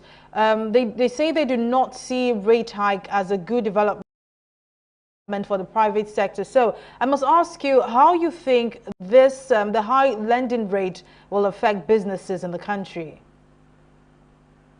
Well, really, like I said before, it's going to have an adverse effect. And just a while ago, I mentioned that the CBN should have actually tried to reduce this rate rather than increase it. When you continue to do a particular thing for a long time and you don't get the desired result or the expected result, chances are that you want to say, let's try the opposite. So now, the spending attitude of Nigerians, of business, is being stymied, and I use that word carefully. It's being killed because businesses are unable to meet their obligations, even when the private sector, those who play in the private sector, borrow funds from banks and from other financial institutions because of the effect of the economy, because of the adverse effect of the economy. They are unable to meet the obligation. They are unable to repay as when they should do. So for the private sector, it is a tunnel. Let me use that word. This policy lacks in incentives to grow the economy. It doesn't encourage borrowers to want to borrow. Because if you're a smart businessman, you're going to ask yourself, at this rate, what are the chances, given the fact that there's epileptic power supply, given the fact that your road network, you are a trucker, isn't there to complement your effort, given that even there are a lot of other economic issues. If you are in the manufacturing, construction, engineering sector, you go to a site, you want to begin work, you have the meanest of the urchin, the area boys, the agberos coming to say, look, before you do any sort of work here, you're going to pay X and X and X amount of money. This wasn't factored in your build-up of, cost. And so it upsets the apple cart for you. So all of these socio-economic issues, are there to make the borrower of funds to see that with the increase, the constant increase, the constant tinkering with this price index, it bodes a wrong omen, doesn't create that avenue for businesses to thrive. So the private sector, it's on the receiving end of this. And in the end, chances are that, and I can tell you, I can almost bet that, except that Nigerians have this general outlook of, shall I say, using the word suffering and smiling. People get out in the morning, they show motions of activity, whatever comes in at the end of the day is what they go home with. There are no projections, there are no assurances. So Nigerians may be able to plod on, move on. But in the end, when the chips are down and you put pen on paper and do an analysis of the entire thing, the private sector is going to be worse off for it. All right, now, financial analyst Lloyd Onyike, thank you very much for your time and your contribution. Thank you. All right, now let's take a break now, but when we return, the program will continue. To stay with us.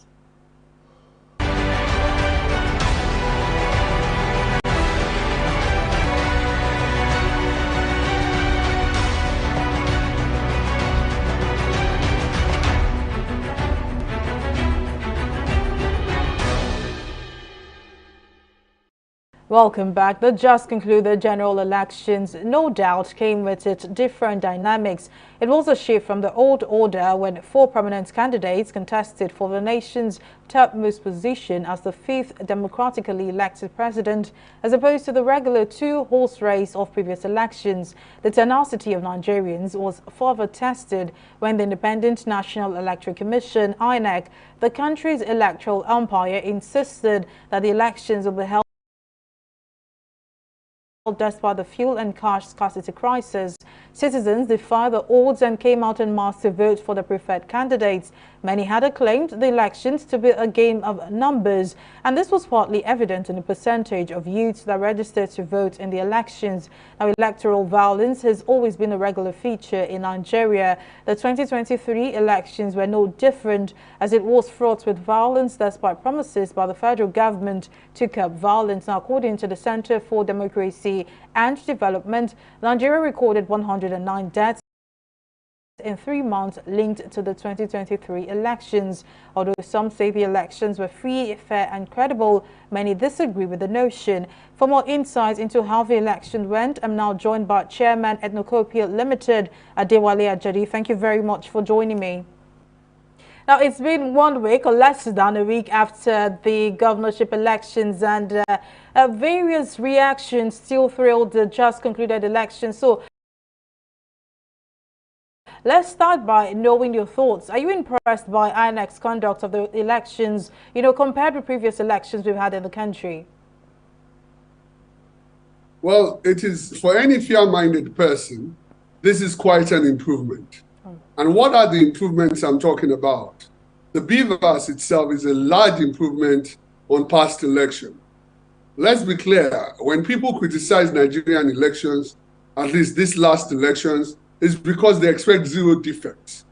And in a country of nearly 200 million people with over 350 different ethnic groups, with almost a split on religious lines, this is often what is a winner-takes-all system. And until our system is more participatory rather than representative, we'll have this problem. So these are not INEC's problem. The fact that there are violence leading to the election is not INEC's problem. It's our problem. It's our behavior. It's our choices. INEC had to ensure that everybody that voted was voting credibly. The BVAS, in many observers' reflection, worked about 90 to 95% of the time. That's massive. Now, the thing that people are complaining about is the IREF, which is the uploading of results. The uploading of results does not denigrate the manual process that was utilized to affirm that the votes counted was signed off by the party agent. Once that's signed off by the party agent as credible, collated in the states, then the uploading is a matter of technical issue. Now, if you look at the difference between the presidential election and the governorship election, you can see that there's been an improvement. So these are certainly issues that we need to understand and not denigrate INEC for. I know you say there is an improvement thanks to the BVAS, but then again, the BVAS, the elections were still marred by technical glitches, which beclouded the authenticity of the results declared by INEC, and now aggrieved parties are in courts. Do you think the BVAS technology was even necessary in the first place? No, I think you're confusing two things. The BVAS is different from the IREF. They're two different things.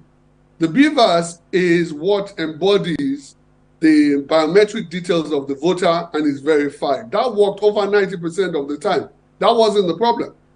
The issue was, how do you upload results? And let's look at the issue of uploading results. If you are uploading just the absolute numbers without taking pictures, then there's a different thing. And as we are speaking, for example, we have had many times we have been speaking, you have been interviewing me, and there's been a technical glitch. There are technical glitches. Our infrastructure for digital technology is not perfect, and we know that. You're asking in over 2 days, 3 days period for the massive infrastructure of the infrastructure of this country to carry more than what the banks try to do in our banking transactions and fail every day. Let's recognize what we're talking about. It's an enterprise-wide system that had flaws in it. And it has flaws in it because millions of people were also trying to get on at the same time. Now, if we look at the presidential election and compare it to the governorship election, the same thing was not repeated at the governorship election. Even in the presidential election that we are criticizing, 85% of the results were uploaded by the fourth date. And usually the fourth date is usually when the presidential election is announced. All right, now, there were video uploads and images on the internet on violence that took place with, numerous cases reported nationwide. Now, this suddenly seems like a norm. So are you concerned by this trend? Well, this is the point I was making. I'm not complacent. I'm not saying we can't improve on violence. But to be honest with you, we are people, especially our men, resolve our differences with conflict and violence. Look at it across our life. This is the behavior of Nigerians. You don't suddenly stop in that behavior because you have an election. In actual fact, there's greater likelihood in a winner-takes-all system that this is what will happen when you have an election. The sociology of Nigerians, the problems that we have, don't suddenly disappear because we are electing ourselves. But as it improved compared to what it was, when ballots will be taken away completely in a city and nobody can say anything, when people will write numbers that are more than the registered voters in a particular polling unit or across a section of the city, we have moved immensely. And now let's compare it to what happens in other countries, because sometimes we beat ourselves up as Nigerians. We're talking about 200 million people. The United States has many incidents of election malpractices. If you go and look at it, but it's never published because we don't look on the local level, we look on the national level. And when things bust out like we had after the elections, the last elections, when people went to attack the Senate, we take it as something that is out of the ordinary. But this has been brewing and this has been happening in their system because it's also a winner-takes-all system. So let's be careful in saying, yes, there are things that we can improve and we must improve, but we are far away from where we are. And because people lose, they try to amplify the notion that nothing is working. You can't buy that lie. It's an absolute lie. During the elections, they demonstrated their commitment to the democratic process. But, even with the high anticipation, many voters were disenfranchised due to various irregularities. Do you see this affecting the turnout of voters in the country's next election? We're talking the next 4 years, because some already feel their votes did not count in this election. I don't know where you get that figure that people are disenfranchised. The people who are loud on the internet make sure that their voices are heard, and they are disappointed that their candidate did not win. That is a fact. But that people are disenfranchised, I think for most part, everybody that wanted to vote, voted. With the exceptions, there are exceptions to the rule. The exceptions in the Southeast. In the case of the ballot box snatching, in the case of the ballot box snatching that we saw, the violence that we saw, clearly those people, their votes did not count, so they were disenfranchised. Well, I want you to count how many cases you're talking about. We have hundreds of thousands or millions of people that voted. I venture that you have less than 1,000 people that you're talking about. And you cannot use the case of our 1,000 people to judge the millions of people that voted. Does not dismiss the fact that there are things that we can improve. We certainly can improve on things. But let's not exaggerate what the issues are. Let's look at what the issues are. Now let's talk about the issue of voter turnout, which is bad in Nigeria.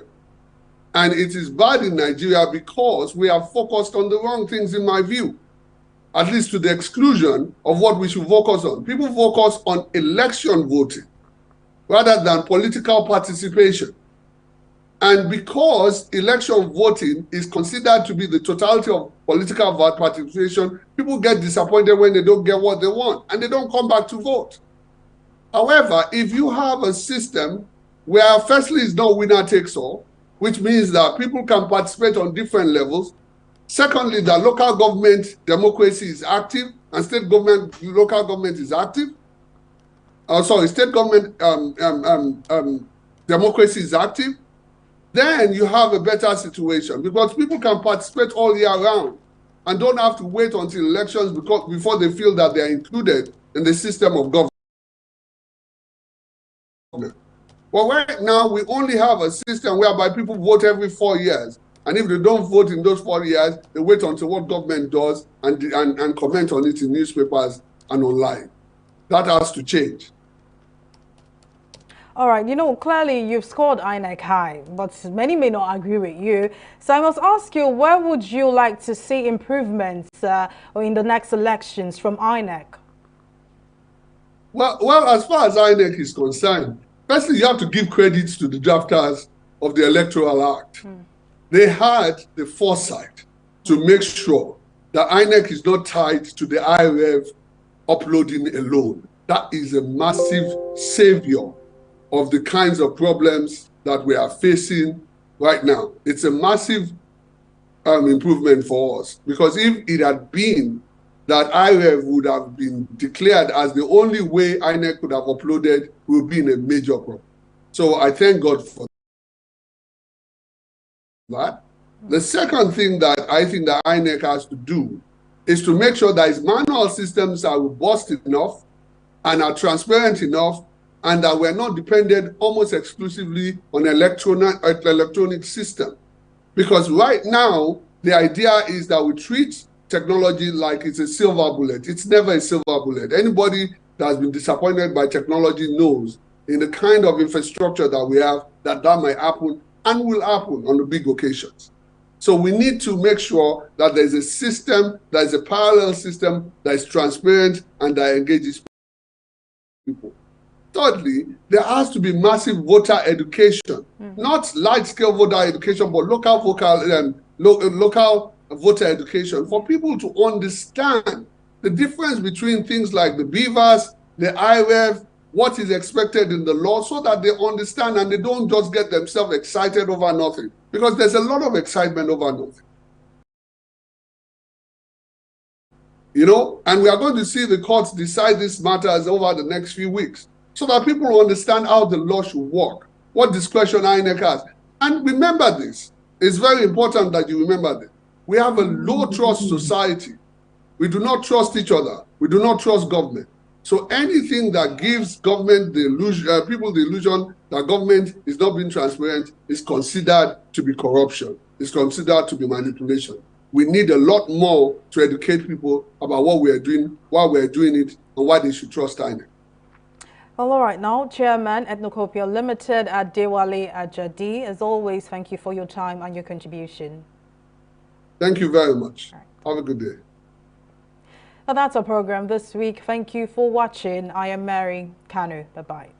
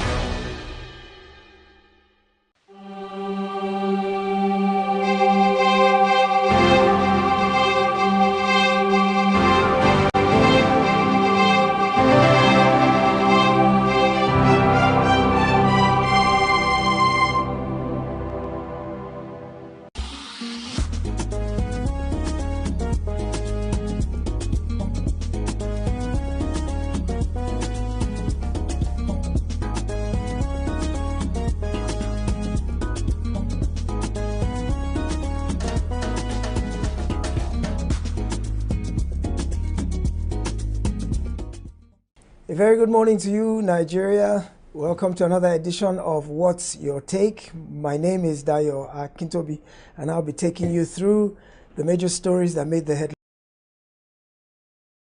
headlines last week.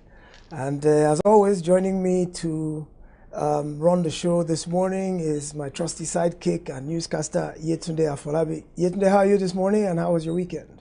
Good morning, Dayo. I'm very well, thank you. And my weekend was very fine. Wonderful. Well, guess what? We have cash. We have cash. Nigeria has cash at last. Cash, cash. Yes, over the weekend, the banks opened Saturday and Sunday, and they were dispensing money at the counter and dispensing money from the ATM. The queues are disappearing slowly, and relief is here at long last. Yetunde, how do you feel about that? It's a relief, but these 2 months, is it 2 months? Yes, 2 months. Felt like 5 years. Yes, indeed. I never knew we would come back to normalcy. Normal. To normalcy. All right. Normalcy. Well, I'm sure as excited as you are, all of Nigeria is excited as well, that perhaps we can get our lives back on track and things start moving again in terms of having money in our pockets.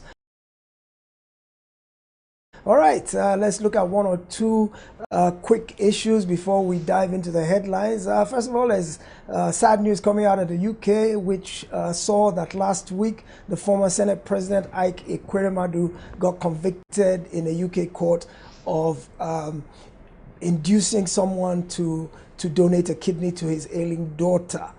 He's been convicted along with his wife and one other person, and they'll be sentenced May 5th. And that's a very sad story because you look at it from two different sides. Number one, as a parent who is willing and able to do anything to help their child who is having a medical challenge. From the standpoint of a parent, you can understand why he did what he did, and you pray to never be found in that kind of situation. On the other hand, there's other people who saying the law is the law. He should have known better. He shouldn't have taken a risk of breaking the laws of another country, and now he's got to pay the price. Either way you look at it, not a very good outing for Ike Ekweremadu, and our good wishes and prayers are with him and his family, and especially the daughter, whose medical situation is still ongoing. All right, next we are looking at Peter Obi was in Anambra this past weekend in the 1-year celebration of Peter Soludo's ascension, not Peter, Charles Soludo, his ascension to office of governorship. He celebrated 1 year a few days ago.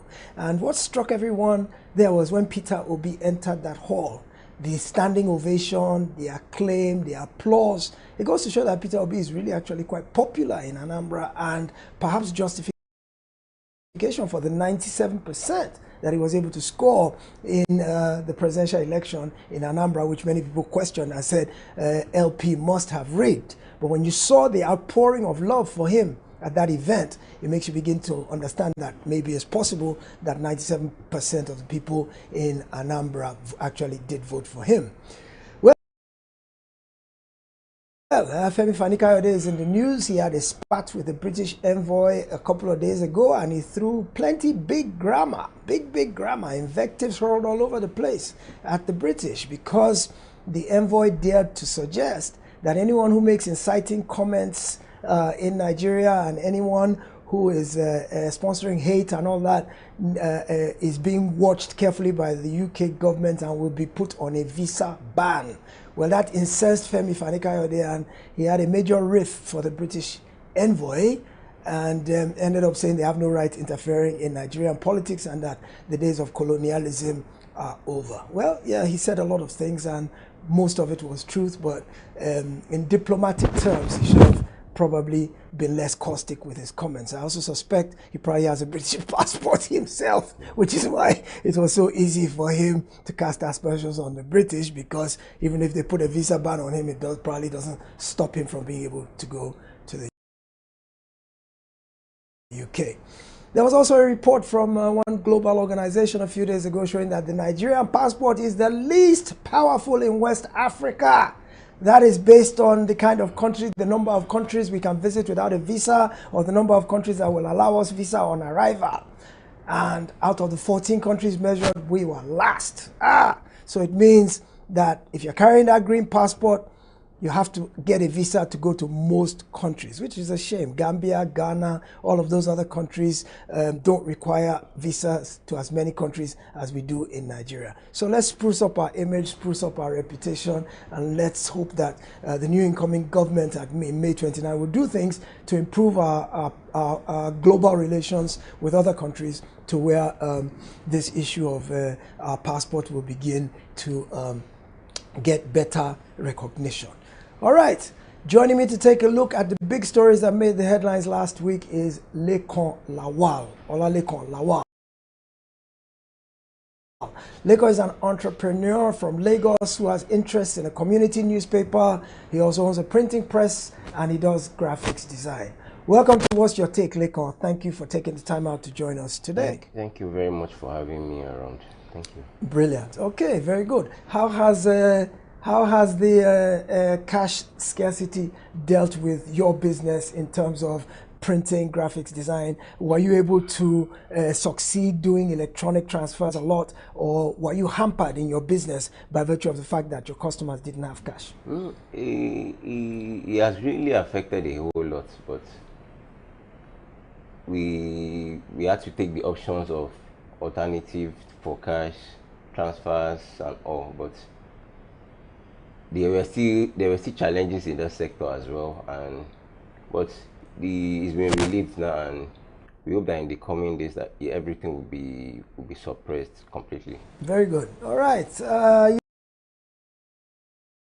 Yetunde, let's go over to you and tell us what the newspapers are saying about the CBN directive on Naira, that all of a sudden now we are starting to see some movement with the Naira. Naira scarcity, pardon me. Banks ration old notes, long queues persist. Cash shortage eases as queues disappear gradually at Lagos and Abuja ATMs. Banks restrict over-the-counter withdrawals to 10,000 Naira and in some cases 20,000 Naira. Central Bank of Nigeria Governor Godwin Emefiele apologizes to Nigerians over inadequacies of e-banking channels. Over to you, Dayo. All right, thank you, Yetunde. So as I said at the beginning of the show, we're starting to see some movement with this whole new Naira, old Naira cash disbursement. And the banks worked over the weekend to make sure that they were able to attend to many customers. Lekan, you've already said that in your business, luckily, you were able to use electronic transactions, electronic channels to do your transactions, and in your line of work that worked. But by and large, generally, in Nigeria as a whole, what in your experience has been the average Nigerian's pain? How are we receiving the news now that this long nightmare is finally over? What is the temperature of the people around you in terms of the news that cash will now be available in greater and greater supply with each passing day? There's a sigh of relief, really, because yes, the queues are getting shorter. People are now getting cash. I'm aware that a particular bank over the weekend was doing between 150 and 200,000 Naira over the counter. Per person? Yes. Really? And about 30,000 Naira on ATMs. So the gospel of normalcy has returned to Nigeria, and in the next few days, I'm sure that it will get better. Very good. We heard that CBN actually released 5 billion Naira to each bank to share between all their branches, and that is a substantial amount of money and should go quite a long way. But still a far stretch from the amount of Naira that was withdrawn from circulation. I believe we had close to 3 trillion in circulation before, and by the time they mopped it up, we were under 1 billion. And of course, the new notes, nobody really knows how much was released in new notes or how much was printed in new notes. But the gap between what was in circulation before and what was mopped up and what remains in circulation, the gap was so wide that it was almost impossible to meet the gap. So now we have till December 31, which is a good 9 months away before the old currency ceases to be legal tender. My thinking is that will be an opportunity for the central bank to print more of the new notes and slowly begin to withdraw the old notes out of circulation. So by the time December 31 comes, we have enough of the new notes in circulation and all the old notes. As the President of the Federal Republic, we know where the enemy is. Three places. The Lake Chad Basin, the border area between Nigeria and Cameroon, and then the Sambisa Forest. On TV360, we give you a complete dose of everything. Opinion, facts, and undiluted truth. I hardly believe what politicians say in this part of the world. A new Nigeria is possible, a future is possible. We delve into the issues, dissect it so that you can understand it. Use it to take action. I don't think there's any need for any governor to look for grants.